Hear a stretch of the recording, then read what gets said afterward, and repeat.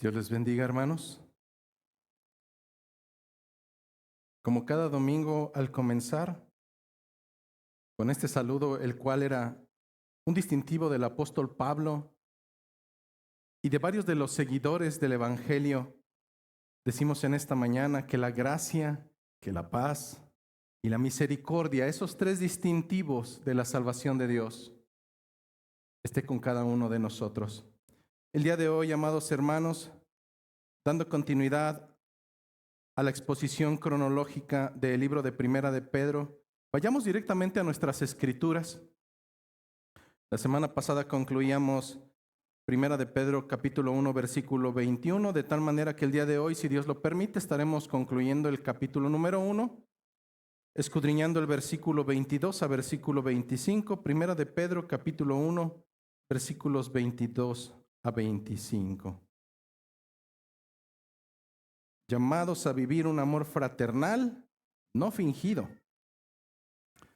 Dicen las Escrituras en esta mañana, Primera de Pedro capítulo 1, versículo 22, habiendo purificado vuestras almas por la obediencia a la verdad, mediante el Espíritu, para el amor fraternal no fingido, amaos unos a otros entrañablemente, de corazón puro, siendo renacidos, no de simiente corruptible, sino de incorruptible, por la palabra de Dios que vive y permanece para siempre. Porque toda carne es como hierba, y toda la gloria del hombre como la flor de la hierba. ¿Qué pasa con ellos? La hierba se seca y la flor se cae, mas la palabra del Señor permanece para siempre. Y esta es la palabra que por el Evangelio os ha sido anunciada. Esta es palabra de nuestro amado Señor. Tomen sus lugares, por favor.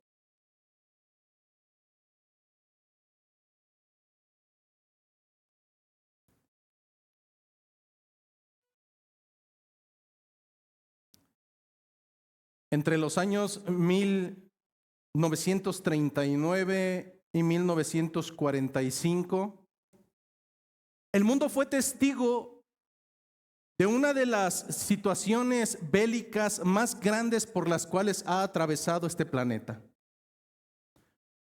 El mundo la conoció como la Segunda Guerra Mundial, un conflicto global y de carácter militar en el cual se vieron implicadas prácticamente la gran mayoría de las naciones y potencias mundiales a lo largo de este globo terráqueo.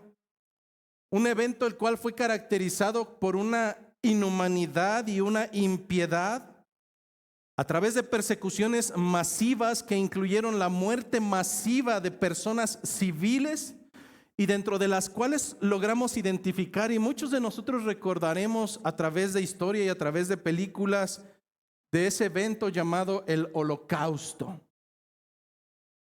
El genocidio más grande realizado por una nación contra otra, el régimen de Alemania, el cual, obrando contra los judíos de Europa, buscaba exterminarlos a como diera lugar. Una raza inferior. Durante este periodo los judíos fueron obligados a usar un distintivo. Señales bordadas de la estrella de David en color amarillo, las cuales estaban obligados a llevar en sus ropas como la señal que tendría la finalidad de tenerlos bien identificados y así poderlos aislar y posteriormente asesinarlos desde el más pequeño hasta el más anciano. Cuando nosotros hablamos de un distintivo, nosotros hablamos de una cualidad que distingue o caracteriza esencialmente y lo diferencia algo de entre los demás. Y no siempre ese distintivo será de carácter visual. Cuando hablamos nosotros de un distintivo, podemos poner un ejemplo específicamente bíblico, y este se centra en la figura del apóstol Pedro, quien está escribiendo esta carta. el cual recordaremos que en el libro de Mateo capítulo 26 se nos narra que una vez que Jesucristo fue apresado, Cefas, también llamado Pedro, se encontraba siguiéndole de lejos hasta llegar al patio del sumo sacerdote Caifás, donde ciertamente buscaba saber qué era lo que acontecía con Jesucristo, mas de una manera, no de un discípulo, lo hacía tras las barandillas. Estando en aquel patio, se nos narra en este capítulo 26 de Mateo, cómo es que una criada de aquel lugar identifica a Pedro y en ese momento comienza a decirle: tú también estabas con Jesús el Galileo. A lo cual Pedro comienza a negarlo rotundamente y para no tener ninguna consecuencia se aleja de aquella criada. El libro de Mateo 26 nos sigue narrando cómo es que inevitablemente llega otra criada más y al verlo también empieza a gritar: ¡Hey! También estaba con Jesucristo el Nazareno. En esta ocasión Pedro comienza a negar con un juramento santo: no soy de ellos.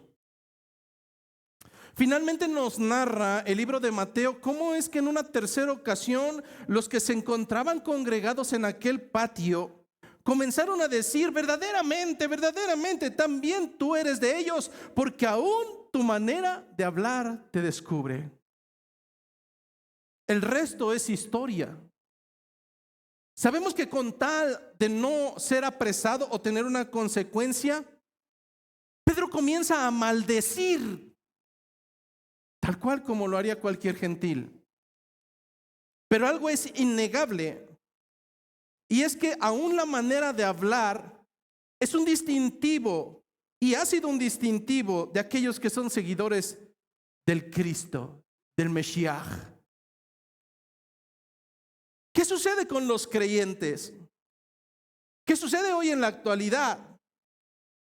¿Acaso un verdadero creyente, y quiero poner este verbo adjudicado a la persona, verdadero, acaso un verdadero creyente puede pasar desapercibido en este mundo?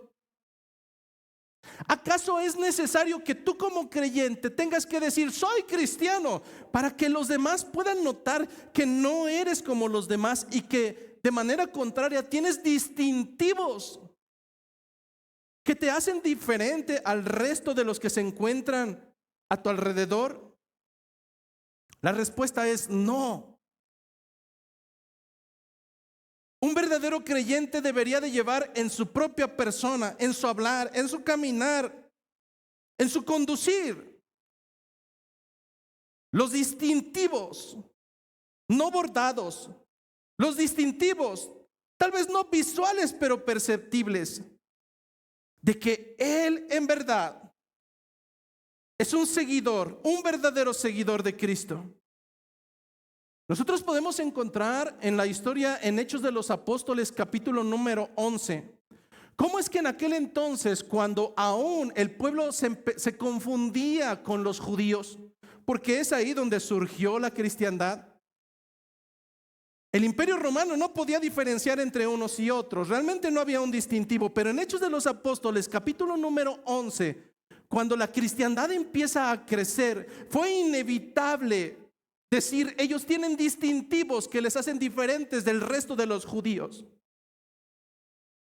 La historia de Hechos de los Apóstoles capítulo 11 nos dice que fue en Antioquía donde por primera vez a aquellos hombres y mujeres se les llamó cristianos. El texto bíblico no es muy claro de cuáles fueron los motivos, pero estoy totalmente convencido que la población comenzó a identificar distintivos, elementos que les hacían diferentes y que por tanto podrían identificarle ya no como judíos, sino como cristianos. En este sentido, Lo que Pedro está haciendo a través de Primera de Pedro, la carta que estamos escudriñando, es instar a sus lectores, es instar a los oyentes de esta carta a demostrar su santidad a través de un distintivo el cual no pueden tener en el resto del mundo. Es una carta que nos insta no solamente a decir somos creyentes y a decir que caminamos en santidad, sino a demostrarlo a través de un distintivo que vendrá de manera natural, y este es a través del amor, no solamente a los hermanos, del amor al prójimo. En otras palabras, lo que está instando Pedro a través de este primer capítulo es a que tú y yo vivamos según la verdad de la palabra, llevando a la práctica las enseñanzas de Jesucristo. Históricamente, ayer lo comentaba con algunos hermanos, no bíblicamente, históricamente, la historia de la cristiandad se ve caracterizada en el hecho de que en los primeros 5 siglos, donde identificamos a los apóstoles, la era de la patrística o de los padres apostólicos, surgió un hecho histórico muy interesante. Y este tiene que ver que en los primeros 5 siglos de la cristiandad creció de manera extraordinaria, de manera increíble, a tal grado que se diferenció de otras religiones que comenzaban a surgir, como el hinduismo, religiones asiáticas que surgían en China. Y la pregunta es, ¿en verdad el cristianismo estaba avanzando? No, hermanos. La realidad es que todas aquellas naciones bárbaras que empezaron a invadir el imperio romano comenzaron a sucumbir ante la cristiandad, pero no por un convencimiento de la palabra, sino por un dominio. De tal manera que cientos y miles y miles y miles de hombres se bautizaban sin comprender, sin entender, sin tener un razonamiento y sin el objetivo de seguir, ni siquiera de vivir los fundamentos de la cristiandad. Pero ahora eran cristianos. El peligro que nosotros corremos, el peligro que corre cada uno de los que hoy estamos en este lugar, es que de la misma manera en algún momento hayamos sido cristianos confesionalistas, cristianos que propagan su cristiandad, pero que de la misma manera, aún después de tantos años, no hayan comprendido que cristiano no es el que dice ser cristiano, sino el que se sujeta en obediencia a la voluntad del Padre que está en los cielos. En ese sentido es la manera en cómo el día de hoy estaremos tratando diferentes distintivos, pero esencialmente uno, hermano, esencialmente uno, la capacidad de amar a quien no lo merece. Pues ese distintivo, de manera natural, no se encuentra en el hombre. Pero como uno de los atributos transmisibles de Dios, este pasará y será depositado en aquellos que verdaderamente han experimentado un nuevo nacimiento. Así es que el día de hoy vayamos a las Escrituras con el primer versículo 22, el cual nos dice a través de Pedro y dirigido a los hermanos que se encontraban en el exilio, diciendo: habiendo purificado vuestras almas por la obediencia a la verdad, mediante el Espíritu. ¿Para qué? Para el amor fraternal no fingido. Amaos unos a otros entrañablemente de corazón puro. Qué hermoso, ¿no? Qué lindo suena. Fantástico. Hermano, yo te amo. Dios sabe que todo lo que estoy haciendo es por amor a usted, pastor. Qué lindo se escucha. Veamos a qué se refiere todo esto, porque hay una característica importante. Y esta característica es que este amor no debe de ser fingido. De tal manera que identificamos 4 elementos en este solo versículo. Identificamos inicialmente un estado. ¿A qué nos referimos un estado? Nos referimos a una situación concreta donde nos encontramos. Cuando nosotros hablamos de un estado, hablamos acerca de, por poner un ejemplo, el estado del agua. El agua puede estar en diferentes estados. En estado líquido, sólido, gaseoso o etéreo. El día de hoy identificaremos en este solo versículo el estado de aquellos a los cuales se está dirigiendo Pedro. Pero no solamente eso.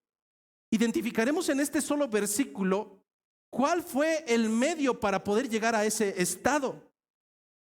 Identificaremos un tercer elemento y es la consecuencia o el resultado de ese medio que logra un estado. Y finalmente encontraremos en este solo versículo un mandamiento.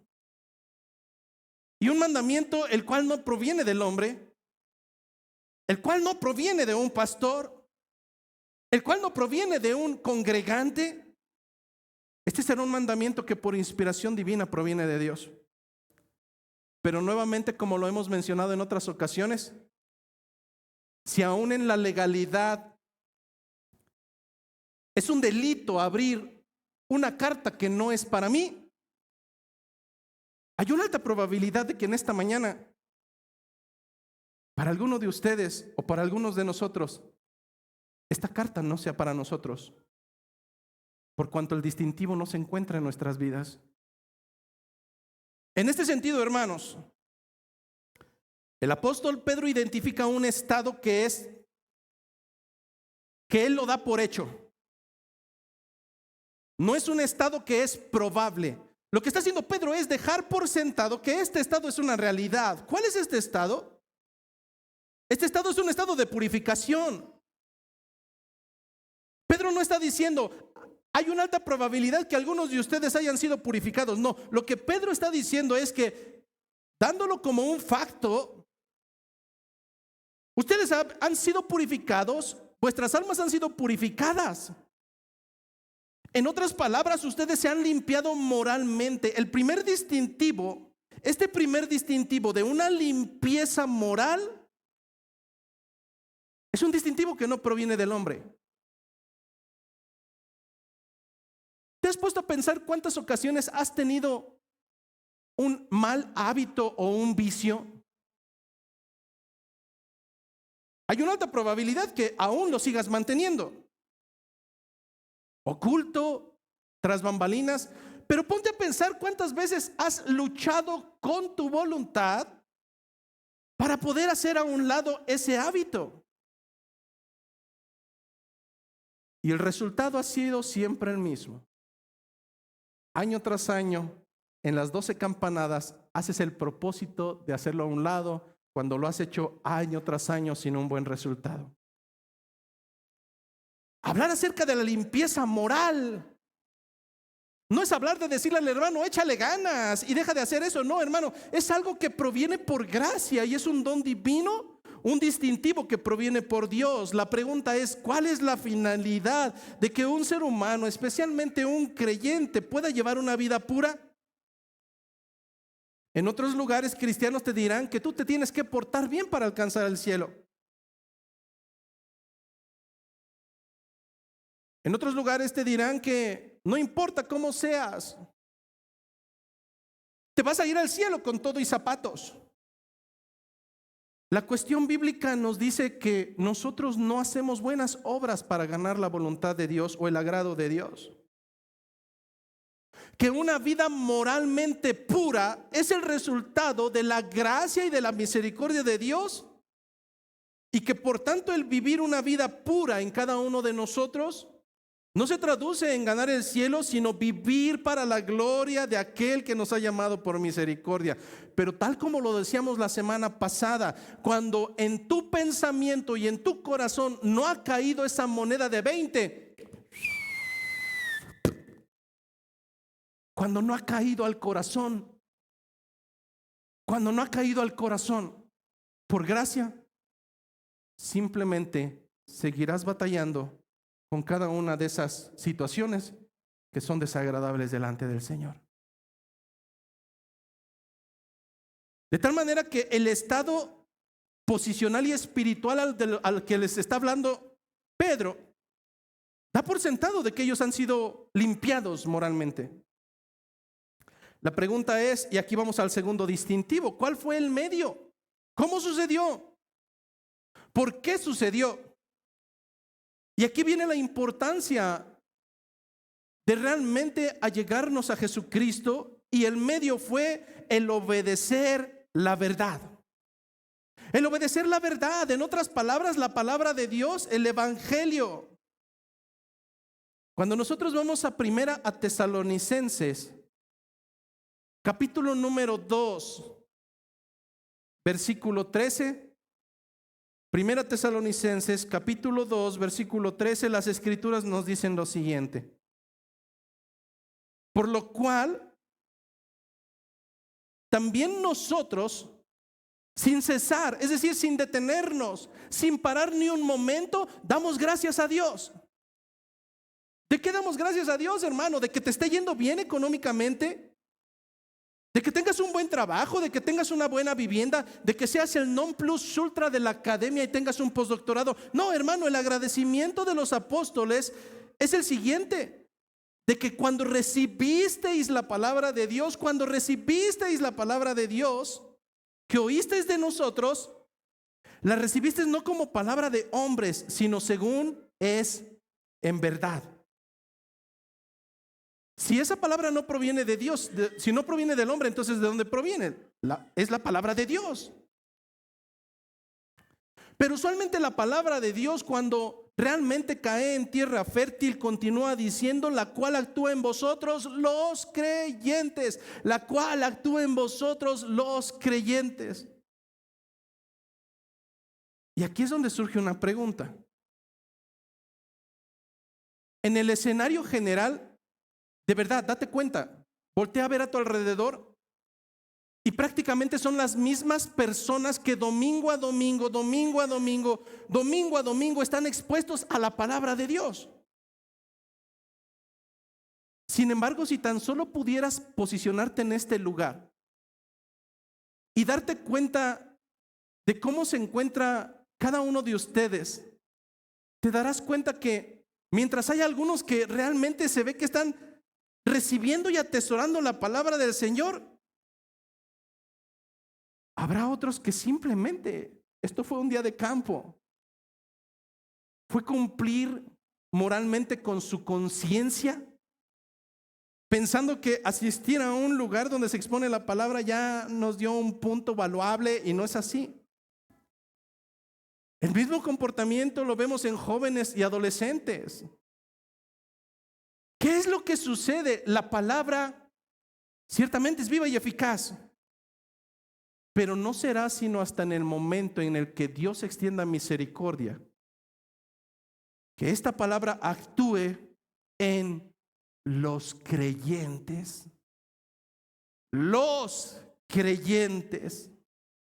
Cuando esta palabra actúa en los creyentes y sucede por misericordia, por un posicionamiento divino, entonces llegamos al tercer distintivo. Hay un resultado. Es inevitable, hermano. Y este es el distintivo esencial del día de hoy.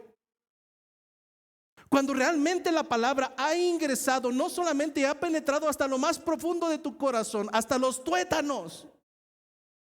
Cuando la palabra es una realidad, no solamente en tu boca, que en ocasiones miente, sino que ha bajado a tu pensamiento y ha descendido a tu corazón, entonces encontraremos que la palabra tiene un resultado sí o sí.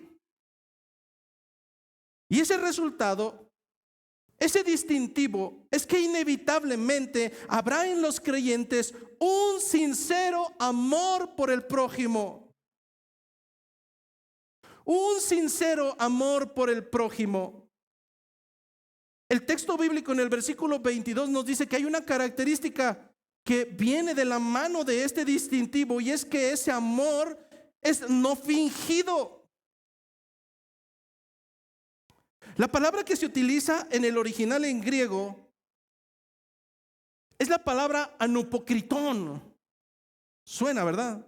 Anupokritón, la cual se traduce sin hipocresía.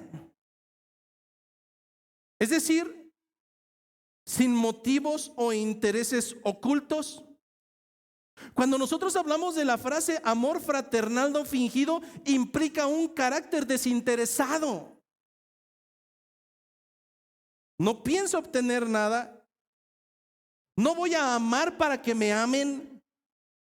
No voy a dar para que en algún momento me den. No, hermano. Estamos hablando exclusivamente de un amor fiel y desinteresado. Ay, pastor, eso no es posible. Por supuesto que es posible. Es precisamente que Pedro se está dirigiendo a aquellos que lo están experimentando y el cual proviene no de sus propias fortalezas ni de sus propios ánimos. Llévense bien, hermanos, llévense bien. Por más que digamos, hermanos, si la gracia de Dios no ha descendido a tu corazón, esto no será factible. El amor de Dios y su perdón habilita a dejar de pensar en nosotros mismos y nos permite preocuparnos por satisfacer en muchas de las ocasiones las necesidades de otros. En nuestras clases de teología que llevamos los días sábados hemos visto cómo los atributos de Dios, algunos son comunicables, otros no son comunicables. En otras palabras, algunos atributos le pertenecen total y plenamente a Dios y no serán compartidos con nadie, pero habrá otros atributos distintivos de Él que conforme a su gracia y su misericordia podrán ser transmitidos a los suyos. Hermanos, este tipo de amor ágape, este tipo de amor que no espera lo suyo, este tipo de amor incondicional, independientemente de lo que haga el otro, solamente puede provenir de un atributo comunicable de Dios para los que le pertenecen. La característica peculiar es que en ningún momento está diciendo que ese amor tiene que ser exclusivamente para nuestros hermanos, que en muchas de las ocasiones ni siquiera somos capaces de amar a nuestros hermanos. Está hablando de un amor el cual debe de ser destinado hacia el prójimo, al que está más próximo a mí, a ese vecino infame que me hace ver mi suerte y al cual tengo que amar, pastor. A aquel hombre y mujer que ha atentado contra nuestra persona, a aquel al cual le di mi confianza y me defraudó, sí, a aquel que en muchas ocasiones o en algunas ocasiones ha atentado contra ti. Porque Cristo nos mostró su amor, hermano. Porque Cristo nos ha mostrado su amor y muchas veces olvidamos que nosotros, por más mal que hablen de nosotros, nunca llegarán a la altura total de en verdad quienes somos. Por nuestra naturaleza caída. Pero ten en consideración en esta mañana que alguien que realmente puede decir, no puedo amar a aquellos que me han dañado, es el mismo Jesucristo. El Dios omnipotente, la segunda persona de la Trinidad, aquel que estaba sentado en su trono, el que en el principio ya era, y era con Dios, y era Dios. Aquel que hizo que su propio espíritu se moviera sobre las aguas, aquel hermano que pensó en ti. Es el mismo que desde antes de la fundación del mundo sabía en su pensamiento y en su corazón que en verdad procedería a la humillación. Un Dios eterno, creador, el Dios omnipotente, convertirse en hombre, encarnarse. En nuestra clase de teología ayer ponía uno de nuestros hermanos un ejemplo. Decía, es como si en este momento te dijeran que tú tienes que transformarte en cucaracha para poder salvar a las cucarachas. ¡Wow! Ese fue nuestro Dios. Ese fue nuestro Dios. Que por pasión y por amor, por aquellos que le escupirían, por aquellos que lo crucificarían, por aquellos que pondrían en vergüenza su nombre, por aquellos que sin comprender su sangre que ha comprado a los que están a tu alrededor, actuaría en prejuicio contra todos ellos, dejando claridad que no comprende el valor del sacrificio de Cristo. Ese fue nuestro Dios, ese es nuestro Dios,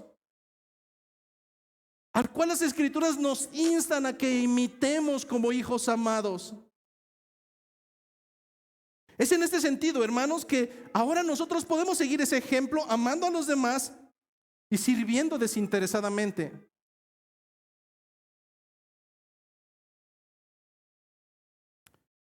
Querétaro está lleno de alacranes, hermano. Mayormente en la zona centro, casas que fueron hechas de agave, de lodo. Te voy a hacer una pregunta honesta. Si tú pones a tu hijo a jugar con un alacrán, ¿tú qué esperas de ese alacrán? ¿Esperas que ese alacrán trate tiernamente a tu hijo? Que sube sus mejillas con sus tenazas. No, hermano, la naturaleza de ese alacrán es que va a picar. Tarde o temprano va a picar. Bienvenido a la realidad del ser humano con una naturaleza caída, totalmente perverso, el cual en proceso de regeneración aún sigue teniendo residuos de esa maldad. No esperes, hermano, agua de las piedras, porque nunca la vas a tener. Pero nuestro mandato, y esta es la característica número 4, nuestro mandamiento. ¿Cuál es el mandamiento de Dios? Lo encontramos en ese mismo versículo 22. Ámense, ámense, pero no lo hagan como lo hace el mundo. Ámense de corazón y háganlo profundamente. Las Escrituras no nos están diciendo que tengamos empatía, como dicen en algunos otros lugares o filosofías religiosas. Ten empatía por el de al lado. Ponte en su lugar. No, hermano, no estamos hablando de un posicionamiento temporal en relación a que alguien mueva mi corazón instantáneamente. Estamos hablando de una naturaleza y de un distintivo que no se traduce como empatía o no se traduce como tener simpatía por el otro. Hermano, si fuésemos Chabelo, entonces te diría ten simpatía o empatía por los demás, pero estamos hablando de creyentes. Estamos hablando de hombres y mujeres que han sido lavados y que han sido purificados y que por tanto esa capacidad que ha sido provista por el Señor les lleva de manera natural a cumplir este mandamiento. Ámense profundamente, ámense de corazón. Las dos características son esas. Háganlo de corazón y háganlo profundamente. ¿Es sencillo amar a alguien que no lo merece? Si yo le pregunto a Cristo, creo que la respuesta que yo esperaría es no. ¿Es sencillo amar a alguien que no lo merece? No, no es sencillo. Piensa por un momento en la última persona que de manera más reciente ha dañado tu corazón, que lo ha destrozado, que lo ha hecho pedazos. ¿Eres capaz de amarlo? ¿Eres capaz de abandonar cualquier raíz que quiera quedarse en tu corazón? Y en vez de suplicar, al igual que hicieron aquellos dos, Señor, que descienda fuego sobre estos. Y en vez de hacer eso, suplicas al Señor por misericordia. Porque un día anhelas verlos nuevamente contigo en la tierra celestial. ¿Eres capaz de no guardar resentimiento hacia Él, sino rogar a Dios que en verdad tenga misericordia, recordando que aquel que se cree firme Tiene que cuidar de no caer. Bueno, Pedro le está hablando a un pueblo, a un remanente que sí era capaz de hacerlo. Lo que está haciendo Pedro es dirigirse a un remanente elegido por gracia, lo leíamos hoy, el cual tiene la capacidad de cumplir este mandamiento, de amar y hacerlo no solamente con fingimiento, dejando a un lado todas esas situaciones y hacerlo profundamente y de corazón. Un pueblo que tiene este distintivo, el distintivo de ser capaces de amar sin fingimiento, porque han nacido de nuevo.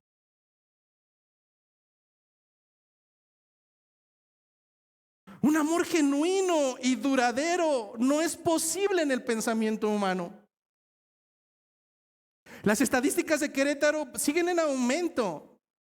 Hasta hace algunos años, las estadísticas nos decían que del 100% de personas que aún todavía toman la decisión de ir ante un juez, más del 52% a los pocos años, muy pocos años, culminaban en divorcio. Es que en esta sociedad y en todas las sociedades el amor, dentro del pensamiento humano, no pensamos en un amor genuino y duradero. Bajo la naturaleza del hombre es no el pensamiento de Dios de amar a quien no lo merece, de amarlo hasta el punto de dar su vida.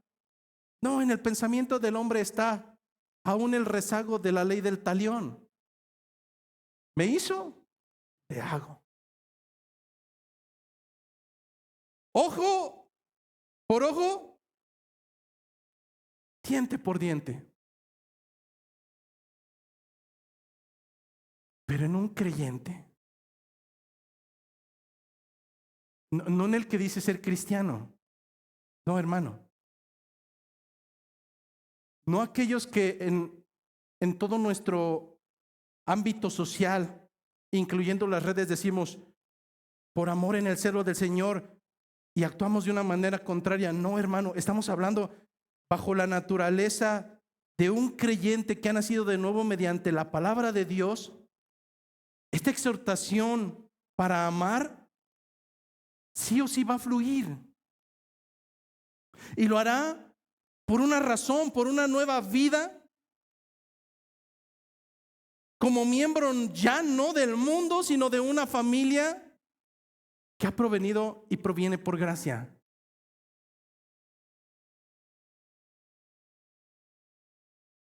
Cuando en tu escuela, los que somos ya un poco más adultos, hacen el reencuentro de los que estuvimos en la secundaria o en la primaria, etcétera,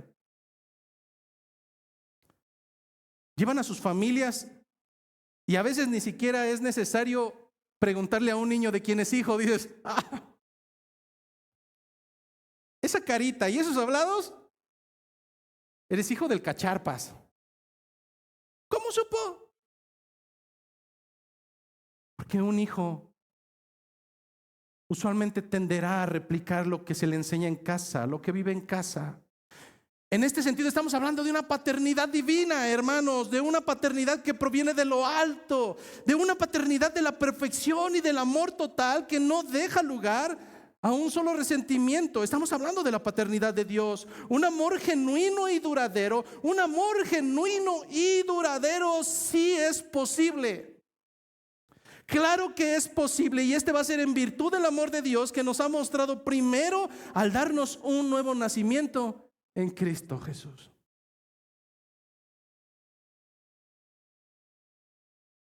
En el libro de Juan, capítulo 13, versículo 34.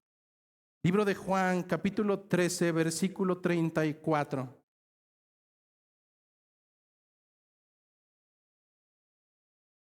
Jesucristo dejaría este mandamiento, el cual está renovando ahora Pedro para con los exiliados de Roma. ¿Cuál fue ese mandamiento desde el principio? Juan 13:34. Un mandamiento nuevo os doy. Realmente no era tan nuevo. ¿Cuál es este mandamiento? Que os améis unos a otros. Hermanos, que os améis unos a otros. ¿Cómo, hermano? ¿Cómo lo hacen los demás? Fingiendo, te amo, pero ya después ya no te amo. Hace 5 minutos te amaba y ahora te detesto. No, hermano. Para que el pueblo de Dios no malentienda este tipo de amor, Jesucristo dijo que os améis unos a otros. ¿Cómo, Jesucristo? Como yo os he amado. Como yo os he amado. Hazte esta pregunta de manera inicial y de manera rápida. ¿Tú darías tu propia vida por alguien como tú? ¿En verdad tú darías tu vida, tu propia vida por alguien que fuera similar a ti? No. En ocasiones la respuesta rápida es no. Bueno, el amor al que nos está llamando es ese, que os amemos unos a otros, no que nos devoremos unos a otros, no que nos insultemos unos a otros, no que nos apedreemos unos a otros, hermano. Ámense unos a otros, como yo os he amado.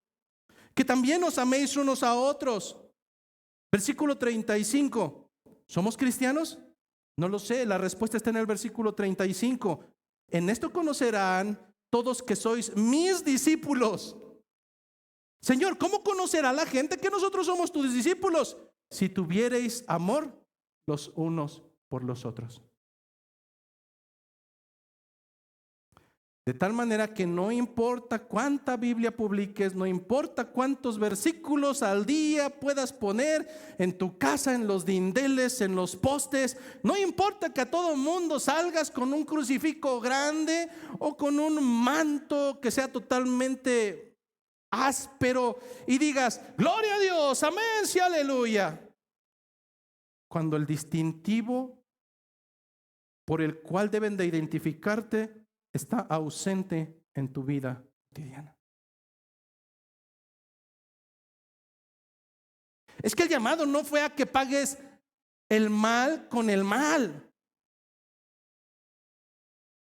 Hermano, ¿te has dado cuenta que lo más ilógico es que si hay un incendio tú llegues con gasolina para apagarlo? Eso es lo más ilógico.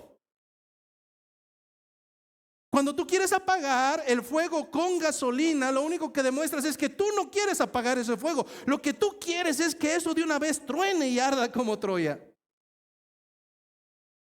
En esto conocerán, dijo Jesucristo, en esto conocerán. No necesitas decir, no, en esto conocerán que tú eres discípulo de Jesucristo cuando tú tengas amor por los demás. Un amor sin fingimiento. Un amor que no busca lo suyo. Un amor que nunca deja de ser. Pero pastor, ¿acaso usted no sabe lo que me hicieron? ¿Usted no está enterado? No, probablemente no. Y te soy honesto, no me interesa. No me interesa. Pero lo que sí sé es que un verdadero creyente, lo que yo sí sé, no sé lo que te hayan hecho, no sé qué tan mal te hayan tratado, no sé, pero lo que sí sé es que un verdadero creyente que ha nacido de nuevo, es capaz de pasar por alto las ofensas y lejos de pagar mal por mal, pagará haciendo lo que su padre le ha enseñado: el bien. Porque ese es el distintivo, tal cual como los judíos les tenían que poner esa cruz de David en amarillo. Nosotros, si realmente somos hijos de aquel que nombramos como Padre, entonces ese distintivo de la simiente de Dios deberá estar en nuestras vidas.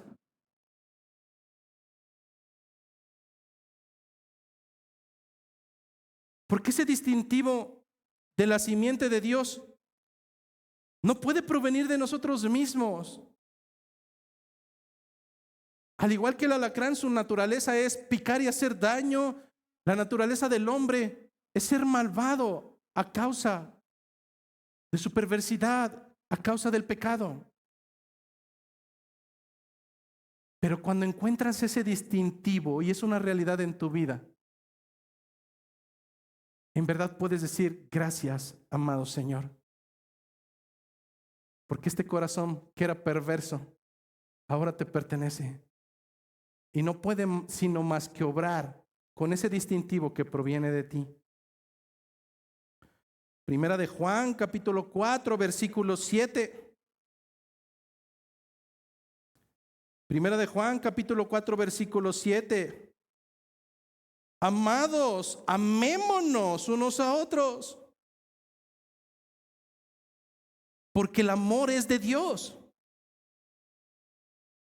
No, es que yo soy bien cristiano, pastor, yo soy cristianicísimo.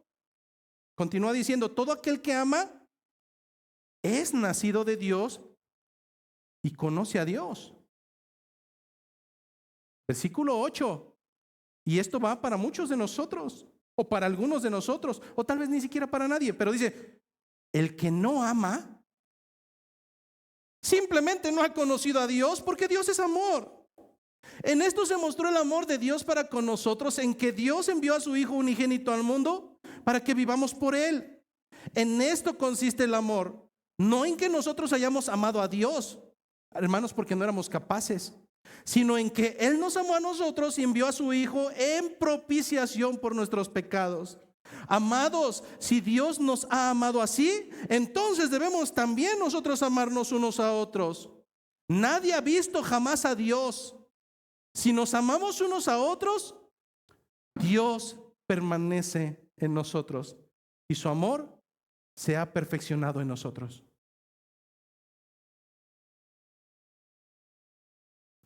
¿Está el distintivo? Gloria a Dios. Ponte a pensar.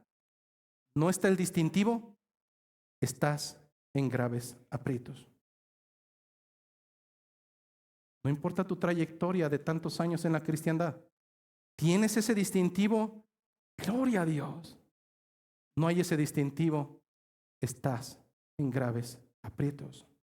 Continúa diciendo en el versículo 20 de ese mismo texto: si alguno dice, yo amo a Dios, y aborrece a su hermano, entonces él es mentiroso. Si alguno dice, yo amo a Dios, y aborrece a su hermano, entonces ese es un mentiroso. Pues el que no ama a su hermano, a quien ha visto, ¿cómo puede amar a Dios a quien no ha visto? Y nosotros tenemos este mandamiento. Es un mandamiento, es una ordenanza de Él. El que ama a Dios, ame también a su hermano. De verdad, ya déjate, ya tira ese saco de justificaciones baratas. Es que me hicieron, es que usted no sabe y es que no sé qué. Tíralo lejos. ¿Cuál es el mandamiento? El mandamiento no es pon justificaciones para ser como los gentiles. El mandamiento es ama a tu hermano como Dios te ha amado a ti. Por gracia. No porque lo merezca. Por gracia. ¿Cómo puede ser posible esto, pastor? Vamos a la ferretería y compramos 5 kilos de misericordia. Tal vez a la frutería y denos 3 kilos de gracia. No, hermano. La respuesta se encuentra en el versículo 23 del texto base. Este tipo de amor puede ser posible única y exclusivamente cuando ustedes han sido renacidos. Dice el versículo 23, siendo renacidos no de simiente corruptible, sino de incorruptible, por la palabra de Dios que vive y permanece para siempre. Aquí tenemos ya el primer conflicto. Pastor, yo todos los domingos estoy aquí durante la semana, escucho prédicas de Paul Washer, de Miguel Núñez, de nuestro hermano amado Juan Manuel Vaz, de Sugel Michelén. ¿Y eso qué? ¿Y eso qué?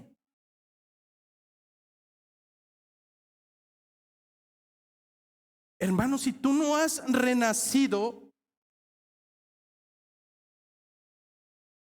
puedes leer la Biblia completa todos los días. Si no hay evidencias de un nuevo nacimiento en tu vida, estás en graves problemas porque probablemente te has estado engañando durante años y años y años. Si no hay evidencias, si no hay esos distintivos en tu vida, preocúpate en verdad. Porque has sido tan bueno engañando que te has engañado a ti mismo pensando que eres creyente. No lo eres, no está la evidencia, no está el distintivo. Cuando nosotros hablamos de renacer o del concepto renacidos,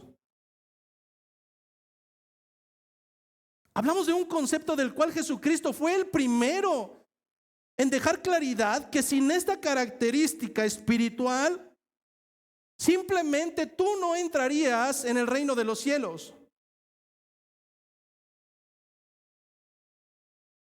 Jesucristo declararía que el nacimiento de un nuevo espíritu es una necesidad absoluta para entrar en el reino de los cielos. No hay otra manera de hacerlo.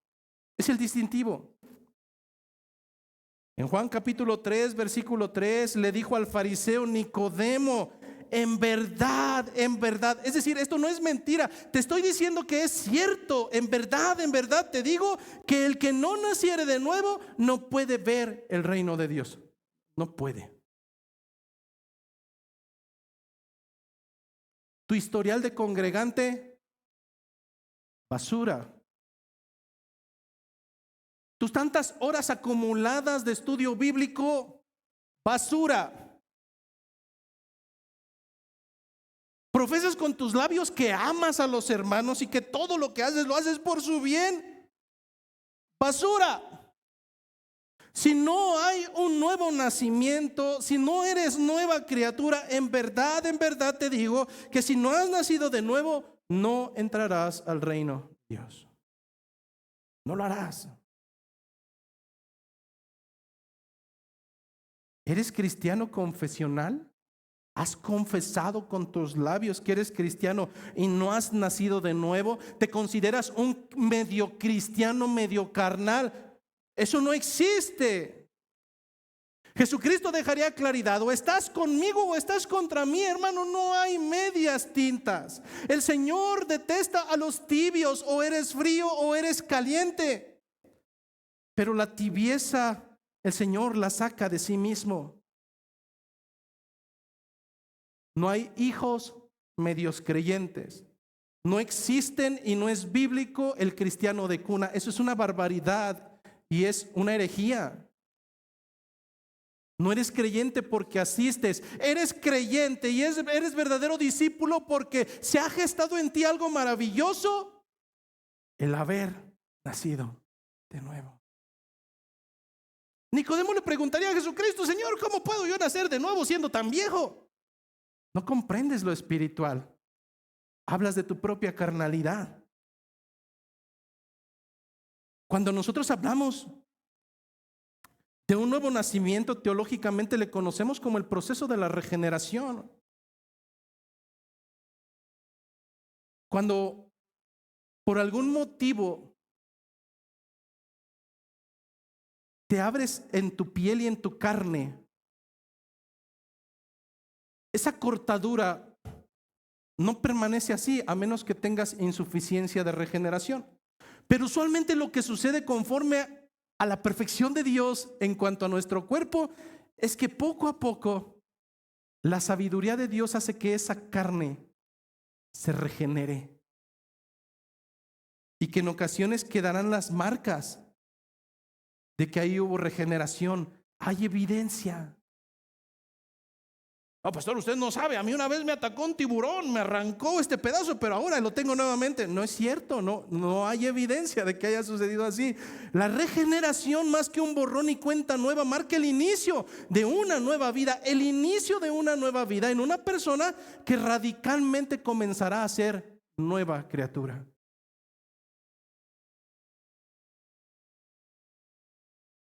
El texto bíblico que mayor y mejor lo refleja lo encontramos en 2 Corintios capítulo 5, versículo 16. 2 Corintios 5, 16. En lo que lo va encontrando, ciertamente muchos de nosotros llegamos a la cristiandad y llegamos mal. A mis 21 años yo llegué a una iglesia cristiana y en mi pensamiento había odio hacia los cristianos y burla. Mi tendencia natural no era a amar, era a humillar. En aquel tiempo mi deseo era hacer daño, mayormente burla de aquellos que se congregaban. ¿Qué sucedió? Según a los Corintios 5:16, de manera que nosotros de aquí en adelante a nadie conocemos según la carne. Es decir, a partir de ahora a nadie de ustedes conocemos según las usanzas de los de allá afuera, en un obrar carnal. Y aun si a Cristo conocimos, según la carne, porque así fue, hermano. Ninguno de ustedes nació cristiano, eso no sucede. Todos y cada uno de nosotros conocimos a Cristo según la carne. Caminábamos en carnalidad, caminábamos en odio, naturalmente lo detestábamos. Pero continúa diciendo Pablo a los Corintios, ya no le conocemos así. De modo que si alguno está en Cristo, y aquí viene el distintivo. ¿Usted es cristiano? ¿Yo soy cristiano? Aquí viene la prueba de fuego. De modo que si alguno está en Cristo, pasó a hacer una oración y no. De modo que si alguno está en Cristo, los domingos dice que hay que amar al prójimo y entre semana les tunde recio. No. De modo que si alguno está en Cristo, nueva criatura es. ¿Qué te ha pasado, hermana divina? Si antes tú hacías y deshacías, ¿y por qué ahora? ¿Qué hicieron contigo? ¿Te lavaron el cerebro? Seguramente te están dando dinero y por eso ahora eres diferente. No, el Señor limpió tu corazón. ¿Qué sucede, hermano Ernesto? Si nosotros te conocimos cuando hace muchos años tú eras así, así, así, de seguro te metieron en uno de esos programas. No, el Señor limpió tu corazón. De modo que si alguno está en Cristo, si verdaderamente está en Cristo, nueva criatura es. Las cosas viejas pasaron, he aquí, todas comienzan a ser hechas nuevas. Lo que está haciendo Pedro es hablarle a una población de la cual está certero de que son creyentes que han nacido de nuevo, no de una simiente corruptible, sino de una simiente incorruptible. Nuestro cambio no fue gestado por una plática motivacional que nos dijo que vamos a ser poderosos y los mejores. No, hermano. No fue a través de un programa de los 5 pasos para ser exitosos. Fue a través de una simiente que es incorruptible. Corruptible del griego sartos. Se traduce como podrido, perecedero, se va a echar a perder. Nosotros no. Este nuevo nacimiento ha sido gestado por una descendencia que no se corromperá. Es una descendencia incorruptible del griego absartos, que no decae, que permanece, que continúa, que en ningún momento se echará a perder. Una obra divina, obrada por la tercera persona de la Trinidad, el Espíritu de Dios, a través ¿de qué, hermano? A través de la locura. A través de la locura de la predicación. Es la palabra de Dios, hermano. A través de la palabra de Dios, la vida enemistada que teníamos con Dios ahora tiene una inclinación hacia el amor, hacia Él. Ponte a pensar por un momento. Pastor, es que yo no detestaba a Dios. Consciente no, inconscientemente sí. Todo lo que hacías era para su vergüenza, era para tu deleite, no para el de Él. Pero a través del nuevo nacimiento, que se gesta por Dios y no por ninguna cuestión terrenal o ninguna cuestión que sea corruptible, sino por lo que es incorruptible, esa enemistad con Dios de poco a poco se va convirtiendo en una inclinación total a amarle con pasión a Él y por consiguiente amar a los que han sido comprados e incluso amar al prójimo. Efesios capítulo 2, versículo 1. Nos da entendimiento. ¿Qué fue lo que sucedió con algunos de nosotros?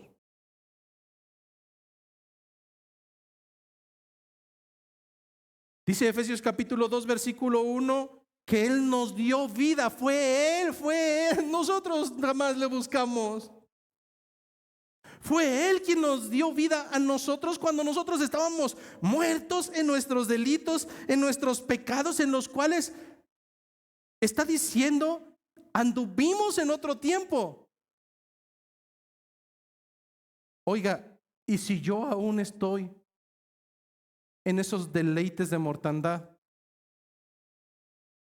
Entonces la palabra de esta mañana no es dirigida para ti. Al menos no como promesa, sino como sentencia. Versículo 10 de Efesios 2, porque somos hechura suya, creados en Cristo Jesús para odiar, para detestar, para hacer malas obras. No, eso no es lo que dice, porque somos hechura suya, creados en Cristo Jesús para buenas obras, las cuales Dios preparó de antemano para que anduviésemos en ellas.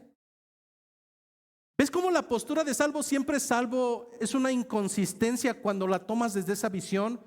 Si ya son salvos, entonces pueden hacer lo que quieras. No, consideras que la salvación es una realidad en tu vida cuando naturalmente ahora tiendes bajo los distintivos de Dios a amar a quien antes detestabas. Porque las obras que antes eran imposibles para tu propia carnalidad, por tus propias obras, ahora son naturalmente emergidas por la misericordia de Dios. Pero si esto no está sucediendo actualmente en tu vida, en verdad estás en graves aprietos. Porque la regeneración, hermanos, aunque es el punto de partida de nuestra vida espiritual, ha sido gestada única y exclusivamente por un medio, por el único medio, la revelación de Dios a través de la palabra dadora de vida.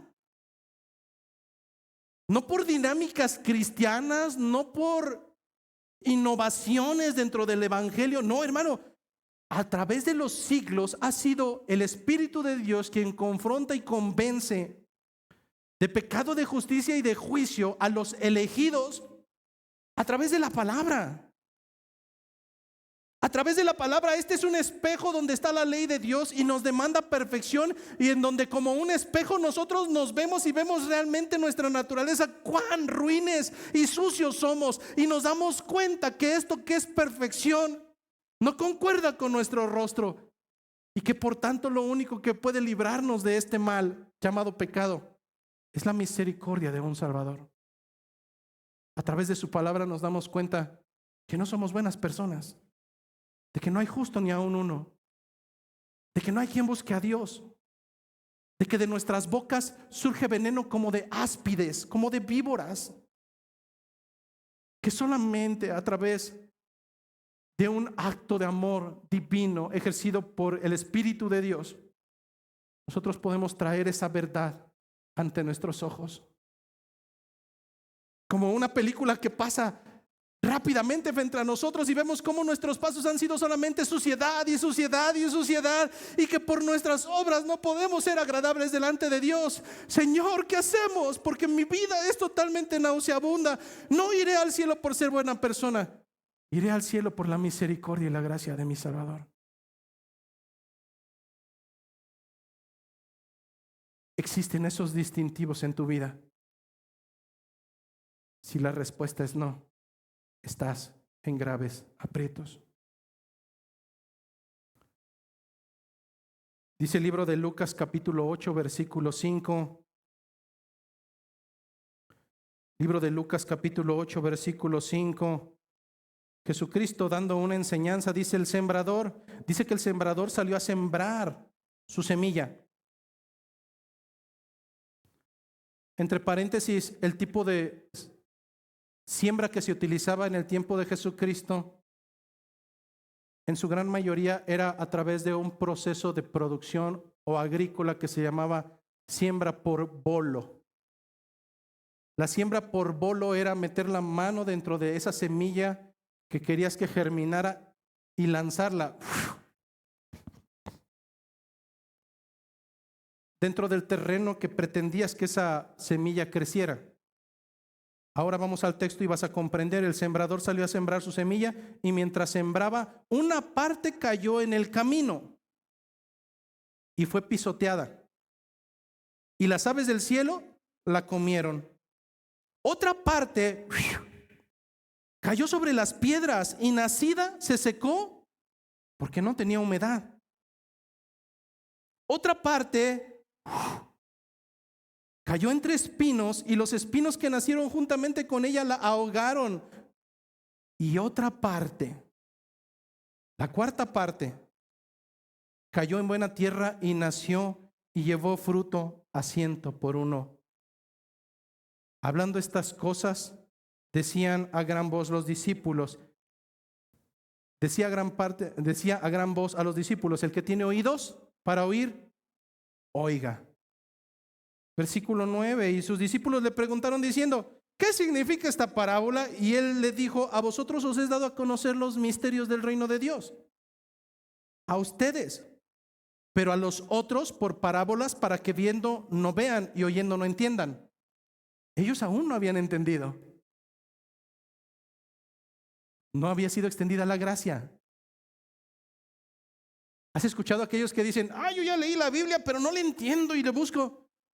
Y a veces son gente con un IQ extraordinario y abren este Biblia y no lo entienden. Y a veces encontrarás a alguien con solamente un grado de analfabetismo y que lo lee y al comprenderlo dice: clamo a ti, oh pecador, clama a ti, Dios, este pecador, por misericordia. Y dices: ¿qué diferencia hay entre uno y otro? Grado académico, no. La revelación de Dios, que no es del que quiere, no es del que corre, es de quien Dios tiene misericordia. Sus discípulos le preguntaron y entonces versículo 11 dice: esta es pues la parábola, dice Jesucristo. La semilla es la palabra de Dios. Y los de junto del camino son los que oyen, así como sucede domingo a domingo. Son los que oyen y luego viene el diablo y quita de su corazón la palabra para que no crean y se salven. Habrá muchos, habrá cientos. Alguien me dijo: pastor, ¿y usted nunca se ha preocupado por saber por qué la gente se va de la iglesia? No necesito preguntar, la respuesta está en las escrituras, hermano. Los del junto del camino son los que oyen y luego viene el diablo y quita de su corazón la palabra para que no crean y se salven. Los de sobre la piedra son los que, habiendo oído, reciben la palabra con gozo. Pero estos no tienen raíces, creen por algún tiempo y en el tiempo de la prueba, qué curioso, en el tiempo de la prueba, patitas, ¿para qué las quiero? Escrito está. La que cayó entre espinos, estos son los que oyen, pero yéndose son ahogados por los afanes de la vida y las riquezas y los placeres, y no llevan fruto. Más el 25%, estadísticamente hablando, de 4 tipos de semillas o diferentes terrenos, no 4 diferentes tipos de semilla, la semilla es la misma, 4 diferentes tipos de terreno. Estadísticamente hablando, solamente el 25% es el que cayó en buena tierra. Y estos son los que con corazón bueno y recto retienen la palabra oída y dan fruto con perseverancia. Perseverancia igual a mantenerse, perseverancia igual a seguir caminando. ¿Cómo sucedió todo esto? ¿Porque le echaron ganas? No, esto sucedió mediante la palabra de Dios. Esa fue la semilla. Toda otra herramienta, método, motivo no es bíblico sino erróneo. Es terrenal y por tanto es pasajero, es corruptible. Versículo 24 y estamos por terminar. ¿Por qué no podemos cimentarnos en otra cosa que no sea el evangelio, hermano? La respuesta está en versículos 24 y 25. Porque toda carne, es decir, todo lo que es bajo carnalidad o todo lo que es creado, es como la hierba. Y toda la gloria del hombre no es nada. Es como flor de la hierba. ¿Qué sucede con la hierba y qué sucede con la flor?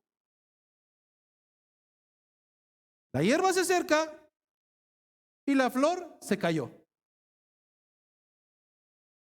Son perecederos, son corruptibles.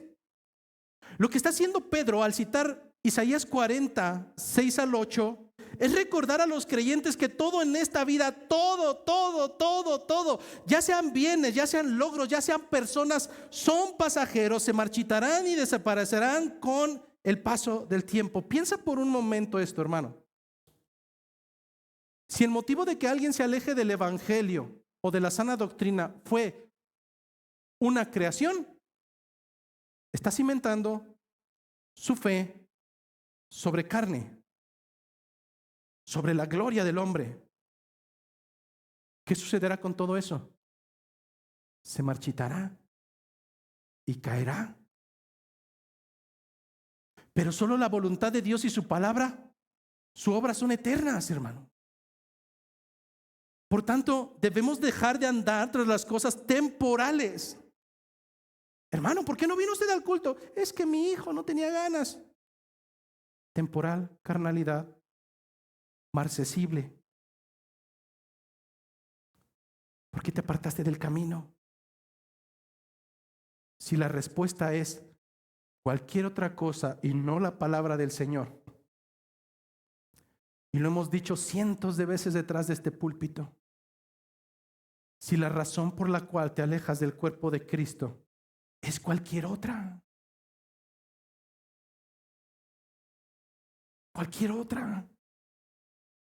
y no ha sido la palabra del Señor, estás mal. En verdad, no me creas a mí, vamos a las escrituras, hermano, por el amor de Dios.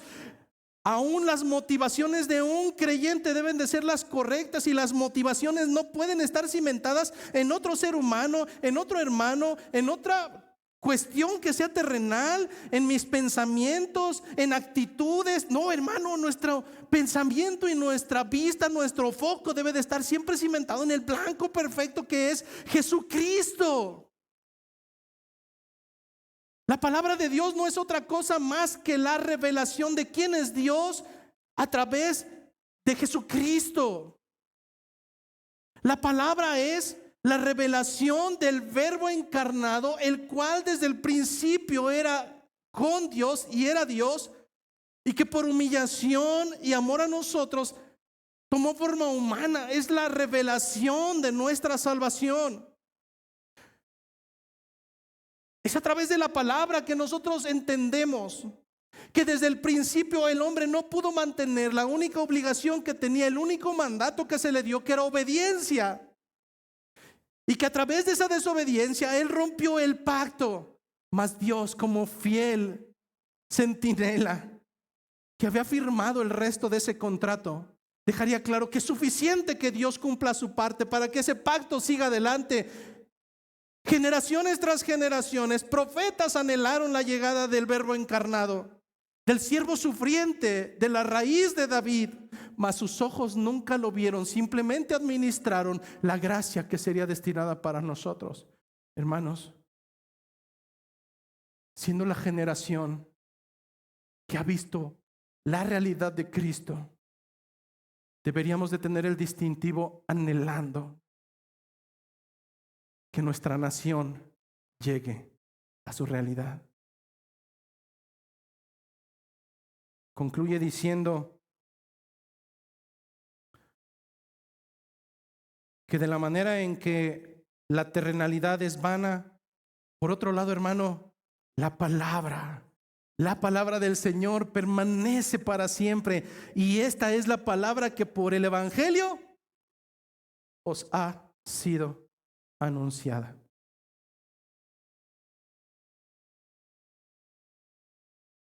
Al final de este sermón podemos concluir muchas cosas.